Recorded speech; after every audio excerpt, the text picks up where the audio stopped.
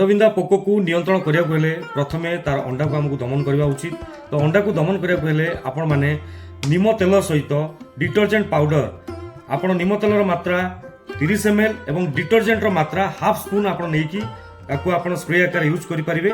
Second stage होउची 20 रु 25 दिन जोटा कि पिलो बाहरी अवस्था बा थोड़ अवस्था। आपण एई अवस्था रे साधारणतः लार्वा गछर मूल भागरे छिद्र बा कणा करिकी रही थाए। सेति पई हमकु दानादार आवश्यकता पड़ी थाए। आपनकर राइनाक्सी जीआर जोटा कि आपनकर मिकुस इंडिया प्राइवेट लिमिटेड रो तार टेक्निकल ना होउची क्लोरांट्रानिलिपोर 0.4% जीआर।